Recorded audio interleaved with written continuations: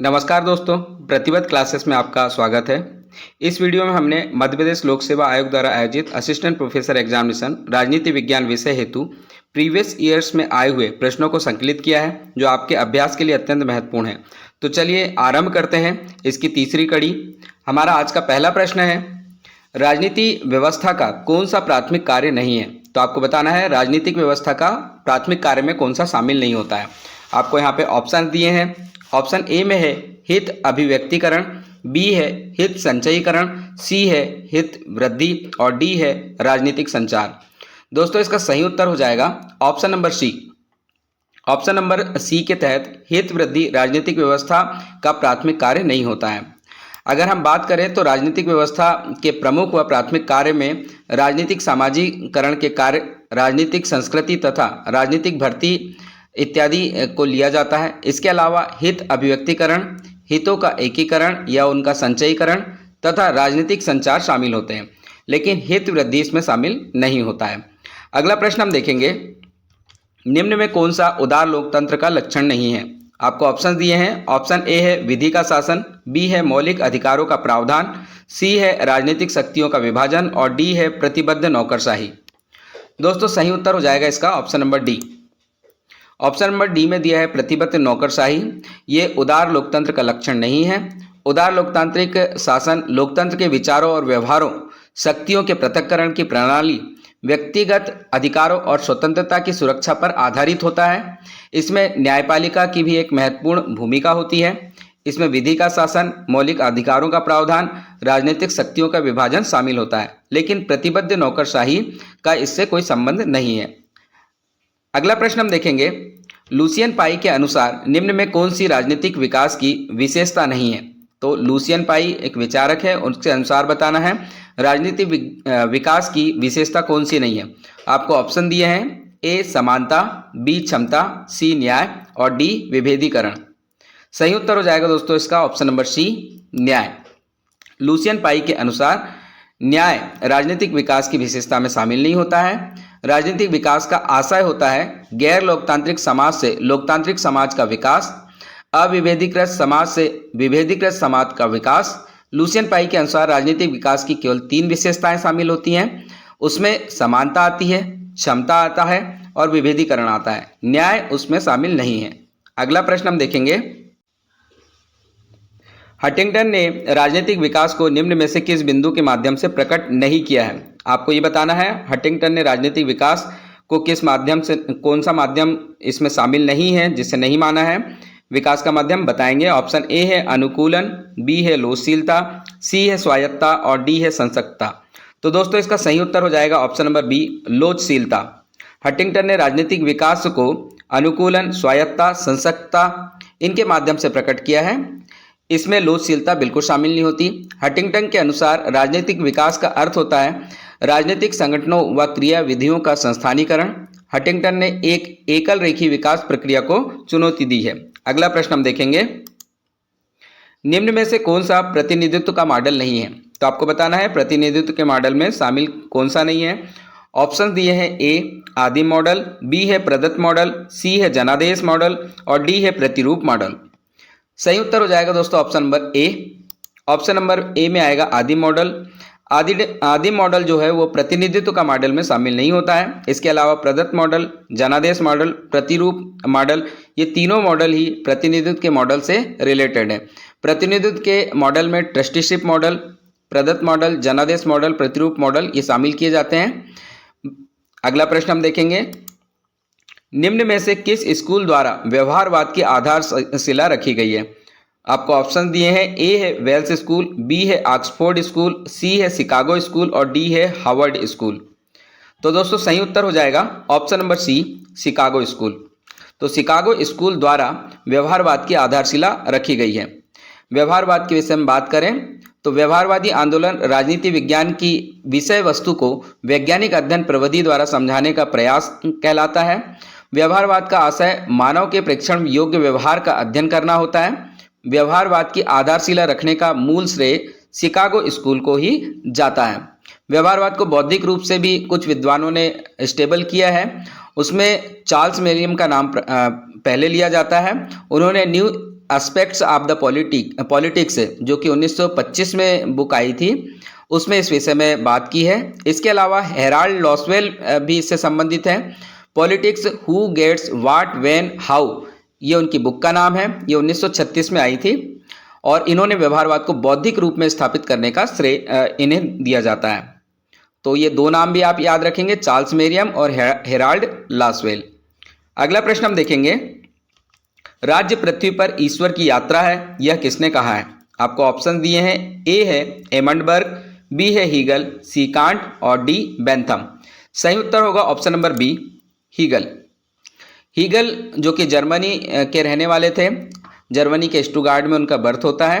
Hegel German की आदर्शवादी परंपरा से काफ़ी ज़्यादा प्रभावित थे। हीगल ने राज्य की प्रगति को आंगिक माना है और उनका ही ये प्रसिद्ध कथन दिया है कि राज्य पृथ्वी पर ईश्वर की एक यात्रा के समान है। अगला प्रश्न हम देखेंगे, युद्ध और तूफान पढ़ने के लिए सर्वोत्तम होते हैं, परंतु सहन करने के प्रति शांति और स्थिरता ही श्रेष्ठतर है। यह कथन किस विद्वान ने दिया है आपको बताना है। विद्वानों के नाम है, ऑप्शन ए एडमंडबर्ग, बी है बेंथम, सी है महात्मा गांधी और डी है ग्रामसी। तो दोस्तों सही उत्तर हो जाएगा ऑप्शन नंबर बी, बेंथम। युद्ध और तूफान पढ़ने के लिए सर्वोत्तम होते हैं, परंतु सहन करने के प्रति शांति की स्थिरता ही श्रेष्ठतर है, और ये बेंथम ने कहा है। अगला प्रश्न है, मैं और पीटर हूं जिसने अपने स्वामी की अवहेलना की, यह कथन किसका है? तो आप यह विशेष कथन भी याद रखेंगे, मैं पीटर हूं जिसने अपने स्वामी की अवहेलना की। ऑप्शन दिया है, ए अरस्तु, B John Stuart Mill, C Lenin और डी मैकियावेली। तो दोस्तों सही उत्तर हो जाएगा option number B, John Stuart Mill. इन्होंने कहा था और मैं पीटर हूं जिसने अपने स्वामी की अवहेलना की। जॉन स्टुअर्ट मिल उपयोक्तावाद के अंतिम प्रबल समर्थक माने जाते हैं और इनका जो बर्थ है वो लंदन में हुआ था। अगला प्रश्न हम देखेंगे, अपने किस पुस्तक में हीगल लिखता है बौद्धिक ही वास्तविक है और वास्तविक ही बौद्धिक? आपको ऑप्शन दिए हैं, ए है फिलॉसफी ऑफ राइट, बी है फिनोमेनोलॉजी ऑफ द स्पिरिट, सी है द साइंस ऑफ लॉजिक और डी है encyclopedia of the philosophical sciences. तो आपको बताना है किस पुस्तक में हीगल लिखता है बौद्धिक ही वास्तविक है और वास्तविक ही बौद्धिक है। तो दोस्तों इसका सही उत्तर हो जाएगा option number A, philosophy of right. Hegel ने अपनी पुस्तक फिलॉसफी ऑफ राइट जो कि 1881 में आई थी, उसमें कहा है कि मैं ही बौद्धिक ही वास्तविक है और वास्तविक ही बौद्धिक है। हेगेल के अनुसार सत्य को अनिवार्य रूप से बौद्धिक होना चाहिए और इसकी अंतिम संरचना हमारे विचारों की संरचना में स्पष्ट होती है। इसके अलावा एक कथन और भी है, शुद्ध प्रकाश में भी उतना ही कम दिखाई देता है ना शुद्ध अंधकार में। तो यह विशेष कथन भी आप हीगल से संबंधित है, आप याद रखेंगे। अगला प्रश्न देखेंगे, प्रत्येक व्यक्ति से उसकी क्षमताओं के अनुसार, प्रत्येक व्यक्ति को उसकी आवश्यकताओं के अनुसार, यह कथन कार्ल मार्क्स के किस पुस्तक में है? तो कार्ल मार्क्स का एक प्रसिद्ध कथन है, पुस्तक का नाम बताना है। ऑप्शन ए है the poverty of philosophy, B है the communist manifesto, C Das Kapital और डी है critique of the Gotha programme. तो दोस्तों इसका सही उत्तर हो जाएगा ऑप्शन नंबर डी, यानी critique of the Gotha programme. इसमें उन्होंने कहा है प्रत्येक व्यक्ति से उसकी क्षमताओं के अनुसार, प्रत्येक व्यक्ति को उसकी आवश्यकता के अनुसार मिलना चाहिए। तो ये कार्ल मार्क्स का प्रसिद्ध कथन है। ये जर्मन के महान दार्शनिक, अर्थशास्त्री और वैज्ञानिक थे, साथ ही समाजवाद के प्रणेता भी थे। और मार्क्स जो प्रथम विश्व युद्ध हुआ था उसके बाद में उनकी किताब आई थी दास कैपिटल, ये भी आप याद रखेंगे। इसके साथ ही द पॉवर्टी ऑफ फिलॉसफी और critique of the Gotha programme, ये भी इनकी प्रसिद्ध किताबें हैं, ये भी आप याद रखेंगे। अगला प्रश्न है, रूसो द्वारा किए गए सरकारों के वर्गीकरण में निम्नलिखित में से क्या सम्मिलित नहीं है? आपको ऑप्शन दिए हैं, ए जनतंत्र, बी अभिजात तंत्र, सी धनिक तंत्र और डी राजतंत्र। तो दोस्तों इसका सही उत्तर हो जाएगा ऑप्शन नंबर सी, धनिक तंत्र। रूसो द्वारा किए गए सरकारों के वर्गीकरण में से धनिक तंत्र शामिल नहीं है। सरकार के वर्गीकरण में जनतंत्र, अभिजात तंत्र, राजतंत्र, ये बाकी के जो 3 ऑप्शंस हैं ये बिल्कुल शामिल किए हैं। अगर हम रूसो के विषय में बात करें तो इनका जन्म स्विट्जरलैंड के जेनेवा में हुआ था। और समानता की संकल्पना को डिस्कोर्सेस ऑफ इनइक्वलिटी, जो कि 1754 में एक किताब आई थी, इसमें उन्होंने बताया था। रूसो द्वारा किए गए सरकारों के वर्गीकरण में धनिक तंत्र शामिल नहीं होता है। और रूसो प्रत्यक्ष लोकतंत्र के जन्मदाता भी माने जाते हैं। उन्होंने प्रतिनिधि लोकतंत्र का खंडन भी किया है। व्यवहारिक समस्या को देखते हुए रूसो ने यह भी कहा है कि लोकतंत्र एक ऐसी शासन प्रणाली है जो केवल ईश्वर के राज्य के लिए उपयुक्त है। तो ये समस्त बातें रूसो से संबंधित थी। आप ये परीक्षा की दृष्टि से याद रखें। अगला प्रश्न है, जो राजाओं का अनादर करते हैं उन पर देवी सजा होती है, यह कथन किसका है? आपको ऑप्शन दिए हैं, ए अरस्तु, बी मैकियावेली, सी हीगल और डी कौटिल्य। तो दोस्तों सही उत्तर हो जाएगा option number D, Kautilya. Kautilya ने कहा था जो राजाओं का अनादर करते हैं उन पर देवी सजा होती है। कौटिल्य के अनुसार राज्य की उत्पत्ति मत्स्य न्याय की अवस्था को समाप्त करने के लिए हुई थी। कौटिल्य ने राज्य की उत्पत्ति का आधार एक समझौते को माना था। कौटिल्य का मत है जो राजाओं का अनादर करते हैं उन पर देवी सजा होती है। तो ये राजा को प्रधानता देते हैं, उन्हें देवी मानते हैं। अगला प्रश्न देखेंगे, गांधी के हिंद स्वराज में कितने अध्याय हैं? आपको ऑप्शन दिए हैं 12, बी 15, सी 18 और डी 20। सही उत्तर हो जाएगा option number D 20। Gandhi ji ने हिंद स्वराज नाम की किताब 1909 में लिखी थी और इसमें आधुनिक सभ्यता की कड़ी आलोचना की थी। गांधी के हिंद स्वराज में कुल 20 अध्याय हैं। उन्होंने रेल, वकीलों, डॉक्टरों की भी आलोचना की है। गांधी जी के अनुसार सभ्यता का आशय भौतिकता एवं मशीनों का विकास नहीं है, बल्कि सभ्यता मानवीय और आत्मा का विकास है। तो सभ्यता मानवीय एवं आत्मा का विकास है, यह कथन भी गांधी जी से संबंधित है, यह भी आप याद रखेंगे। अगला प्रश्न हम देखेंगे, निम्नलिखित में से किस दार्शनिक ने कहा था कि समानता अप्राकृतिक और अवांछनीय है? आपको ऑप्शन दिए हैं, ए प्लेटो, बी अरस्तु, सी हेगेल और डी हॉब्स। दोस्तों इसमें ऑप्शंस ऊपर नीचे हो गए हैं, इसका ध्यान रखेंगे। इसका सही उत्तर हो जाएगा ऑप्शन नंबर बी, अरस्तु। अरस्तु ने कहा था कि समानता अप्राकृतिक और अवांछनीय है। अरस्तु के अनुसार समानता अप्राकृतिक है और अवांछनीय है, यानी अरस्तु ने दो प्रकार की समानताओं का यहाँ उल्लेख किया था। पहला आनुपातिक समानता और दूसरी निरपेक्ष समानता। अरस्तु ने दास प्रथा को प्राकृतिक माना है। इसके साथ ही अरस्तु महिलाओं, बच्चों, बूढ़ों व दासों को किसी भी जो राज्य है उसका नागरिक नहीं मानते हैं। अगला प्रश्न हम देखेंगे, निम्नलिखित में से किसका कौटिल्य के अर्थशास्त्र में वर्णन नहीं मिलता है? आपको ऑप्शंस दिए हैं, ए निशस्त्रीकरण, बी आपदा प्रबंधन, सी शासन कला और डी कूटनीति। तो कौटिल्य ने अपने अर्थशास्त्र में कुछ विशेष बातों का उल्लेख किया है, उसमें किसका उल्लेख नहीं है बताना है। सही उत्तर हो जाएगा दोस्तों ऑप्शन नंबर ए, निशस्त्रीकरण के बारे में कौटिल्य नहीं बात करते हैं। इसके अलावा आपदा प्रबंधन, शासन कला और कूटनीति दिए गए जो बाकी के ऑप्शन है उन पे बात करते हैं। कौटिल्य विभिन्न प्रकार की विपत्तियों के विषय में बात करते हैं। 8 प्रकार की विपत्ति उन्होंने बताई है, अग्नि, जल, बीमारी, दुर्भिक्षु, चूहे, व्राग और राक्षस से संबंधित। साथ ही अगर हम बात करें तो कौटिल्य ने निशस्त्रीकरण के विषय में, क्योंकि निशस्त्रीकरण एक नई और आधुनिक अवधारणा है। अगला प्रश्न हम देखेंगे, किस घोषणा पत्र ने घोषित किया था कि सभी व्यक्ति समान रूप से निर्मित हैं? आपको ऑप्शन दिए हैं, ए मैग्ना कार्टा, बी अमेरिकी स्वतंत्रता का घोषणा पत्र, सी मनुष्य और नागरिकों के अधिकारों का फ्रेंच घोषणा पत्र और डी मानवाधिकारों का सार्वभौम घोषणा पत्र। तो ये 4 प्रकार के घोषणा पत्र दिए हैं, उसमें बताना है किस घोषणा पत्र में घोषित हुआ है कि सभी व्यक्ति समान रूप से निर्मित हैं। दोस्तों सही उत्तर हो जाएगा ऑप्शन नंबर बी, अमेरिकी स्वतंत्रता का घोषणा पत्र। इसमें ये 1776 में आया था और इसमें घोषित किया गया था कि सभी व्यक्ति समान रूप से निर्मित हैं। इस घोषणा पत्र का निर्माण जो किया था वो थॉमस जेफरसन थे। अगला प्रश्न देखेंगे, निम्नलिखित में से किस देश में उत्तर आधुनिकतावादी राजनीतिक चिंतन प्रमुख रूप से प्रादुर्भाव हुआ है? तो आपको बताना है देश का नाम। ऑप्शन ए है अमेरिका, बी फ्रांस, सी ब्रिटेन और डी जर्मनी।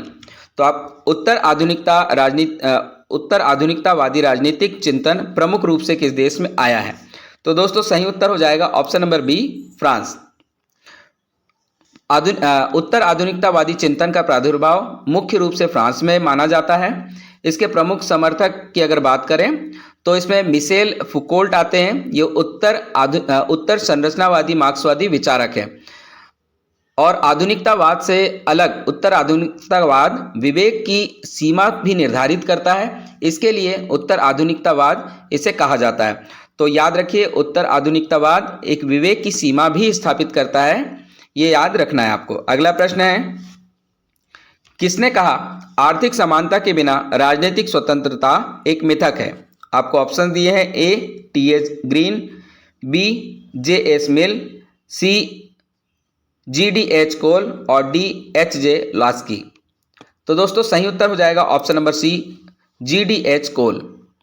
जी.डी.एच. कोल के अनुसार आर्थिक समानता के 44 अभाव में राजनीतिक समानता एक मिथक है। लास्की के अनुसार राजनीतिक स्वतंत्रता कभी भी वास्तविकता नहीं हो सकती जब तक उससे आर्थिक समानता प्राप्त ना हो। यानी वे आर्थिक समानता को विशेष बल देते हैं और आर्थिक समानता के बिना राजनीतिक स्वतंत्रता को एक मिथक मानते हैं, एक झूठ मानते हैं। अगला प्रश्न हम देखेंगे, निम्न में से किसने महत्वाकांक्षी संवेदनशील वितरण योजना की शुरुआत संसाधनों की समानता प्राप्त करने हेतु की? ऑप्शंस दिए हैं, ए है जॉन रॉल्स, बी है रोनाल्ड डॉर्फिन, सी है विल किमलिका और डी है यशायाह बर्लिन। तो दोस्तों इसका सही उत्तर हो जाएगा ऑप्शन नंबर बी, रोनाल्ड डॉर्किन। तो रोनाल्ड डॉर्किन जो है वो समानता के विषय में बात करते हैं। उनका समानता के विषय में उनका अर्थ है अवसरों की समानता से। उन्होंने अवसरों की समानता में विभिन्न प्रकार के वर्गों को शामिल किया। उसके अनुसार उन्होंने विकलांगों, दिव्यांगों, इनके लिए भी विशेष सुविधा का समर्थन करा है। साथ ही उन्होंने विकलांगों, दिव्यांगों को दी जाने वाली सुविधा को पेंशन योजना के नाम से फेमस किया है। और उनकी प्रमुख रचनाएं की बात करें तो टेकिंग राइट सीरियसली जो कि 1977 में आई थी, और सोवरेन वर्च्यू करके जो किताब है वो 2000 में आई थी। तो याद रखिएगा, महत्वाकांक्षी संवेदनशील वितरण योजना की शुरुआत संसाधनों की समानता प्राप्त करने हेतु जो की थी उनका नाम था रोनाल्ड डॉर्किन। अगला प्रश्न हम देखेंगे, निम्न में से कौन विमर्शी यानी कि विचरणात्मक लोकतंत्र से संबंधित नहीं है? आपको ऑप्शन दिए हैं, ए है डेविड मिलर, बी है जे ड्राइसेक, सी है जोशुआ कोहेन और डी है जॉन रॉल्स। तो दोस्तों इसका सही उत्तर हो जाएगा option number D, John Rawls. John Rawls जो हैं उन्होंने विमर्शी यानी विचरणात्मक लोकतंत्र से संबंधित नहीं है। इसके अलावा डेविड मिलर, जे ड्राइसेक और जोशुआ कोहेन ये सभी विमर्शी लोकतंत्र से संबंधित माने जाते हैं। विचरणात्मक लोकतंत्र या विमर्शी लोकतंत्र के सिद्धांत को 1990 के दशक में लाया गया था और उसी दौरान इसे काफ़ी लोकप्रियता भी मिली। इसके प्रवर्तकों की बात करें तो इसके प्रवर्तकों में मुख्य रूप से जे कोहेन, जे रॉजर्स, एली हर्शी का विशेष स्थान है। यह महत्वपूर्ण है कि जॉन रॉल्स और उदारवादी यूर्गेन हेबरमास जैसे आलोचक सिद्धांतकारों ने विचरणात्मक लोकतंत्र के प्रति अपना समर्थन व्यक्त किया है, परंतु रॉल्स की अगर बात करें यानी जॉन रॉल्स की बात करें तो ये विचरणात्मक लोकतंत्र से संबंधित नहीं है। अगला प्रश्न हम देखेंगे, रॉल्स के सिद्धांत में न्याय सिद्धांत की स्थापना उन लोगों द्वारा की जाती है जो निम्न में से किससे प्रभावित हैं? आपको ऑप्शन दिए हैं, ए प्राकृतिक अवस्था, बी आर्थिक असमानता, सी अज्ञानता का आवरण और डी है स्वहित। तो दोस्तों इसका सही उत्तर हो जाएगा ऑप्शन नंबर सी, अज्ञानता का आवरण। रॉल्स ने अपना न्याय सिद्धांत अपनी जो किताब है उसमें दिया है, उसका नाम था अ थ्योरी ऑफ जस्टिस। तो ए थ्योरी ऑफ जस्टिस में उन्होंने अपने न्याय सिद्धांत को दिया है जो कि 1971 में पब्लिश हुई थी और ये कांट के आदर्शवादी सिद्धांतों से प्रभावित मानी जाती है। अज्ञानता के आवरण से तात्पर्य यह है कि व्यक्ति को समाज में अपनी स्थिति का ज्ञान ना हो, यहाँ तक कि उसे व्यक्ति का भी ज्ञान ना हो। तो इस तरह से जब व्यक्ति को खुद के विषय में ज्ञान नहीं होता है तो उसे रॉल्स ने अज्ञानता का आवरण कहा है। अगला प्रश्न हम देखेंगे, लोकपाल प्रधानमंत्री पर लगे भ्रष्टाचार के आरोपों की जांच किस मामले में कर सकता है? ऑप्शन ए लोक व्यवस्था, बी अंतर्राष्ट्रीय संबंध, सी बाह्य एवं आंतरिक सुरक्षा और डी विशेषाधिकार हनन। तो दोस्तों सही उत्तर हो जाएगा ऑप्शन नंबर डी विशेषाधिकार हनन। लोकपाल प्रधानमंत्री पर लगे भ्रष्टाचार के आरोप की जांच विशेषाधिकार हनन के रूप में कर सकता है। लोकपाल के अधिकार क्षेत्र में प्रधानमंत्री, मंत्री, संसद समूह क, ख, ग व घ श्रेणी के अधिकारी, समस्त अधिकारी आते हैं।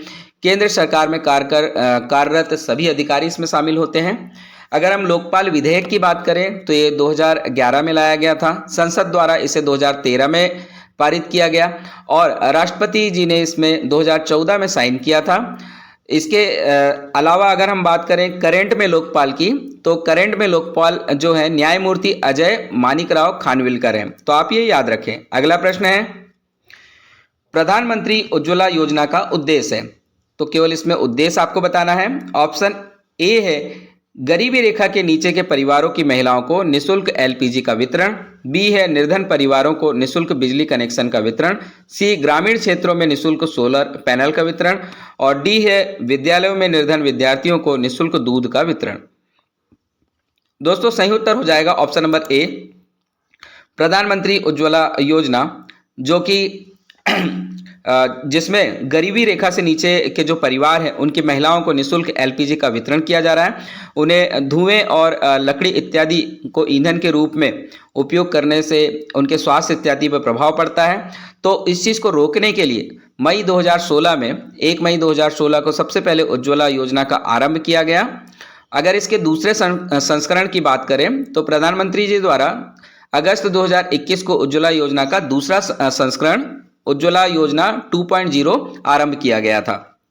अगला प्रश्न हम देखेंगे, किस वर्ष उपभोक्ता संरक्षण अधिनियम पारित किया गया। ऑप्शन दिए हैं ए 1986, बी 1992, सी 2001 और डी 1981। तो दोस्तों इसका सही उत्तर हो जाएगा ऑप्शन नंबर ए 1986। उपभोक्ता संरक्षण अधिनियम 2019 द्वारा पहले से पारित उपभोक्ता संरक्षण अधिनियम 1986 की जगह वर्तमान में अभी स्थापित कर दिया गया है। लेकिन जो सर्वप्रथम यानी सबसे पहले जो पारित हुआ था 1986 में पारित हुआ था, आप याद रखें।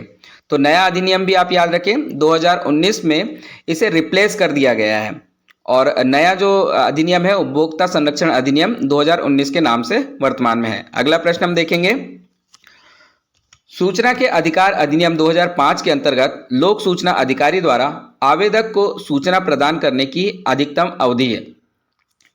तो राइट टू इन्फॉर्मेशन अधिनियम जो लाया गया था 2005 में, उसमें आपको बताना है कितने दिनों में आपको सूचना मिल सकती है और अधिकारी का नाम आपसे पूछा गया है लोक सूचना अधिकारी के द्वारा। ऑप्शन ए है 45 दिन, बी है 30 दिन, सी है 90 दिन और डी है 60 दिन। तो दोस्तों इसका सही उत्तर ऑप्शन नंबर बी हो जाएगा 30 दिन। सूचना का अधिकार अधिनियम 2005 के अंतर्गत किसी आवेदक को सूचना प्रदान करने की अधिकतम जो समय सीमा है वो 30 दिन रखी गई है।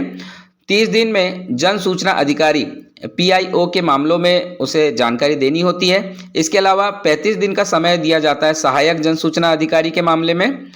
और यदि कोई सूचना इस तरह से विशेष सूचना होती है जो कि जीवन और स्वतंत्रता को प्रभावित कर सकती है, तो सूचना को 48 घंटे में उपलब्ध किया जाना जरूरी होता है। अगला प्रश्न हम देखेंगे, भारत एवं नेपाल के मध्य शांति एवं मित्रता संधि पर कब हस्ताक्षर किए गए। ऑप्शन ए 1952, बी 1955, सी 1950 और डी 1960। दोस्तों सही उत्तर ऑप्शन नंबर सी हो जाएगा 1950। भारत एवं नेपाल के मध्य शांति एवं मित्रता संधि पर वर्ष 1950 में हस्ताक्षर किए गए।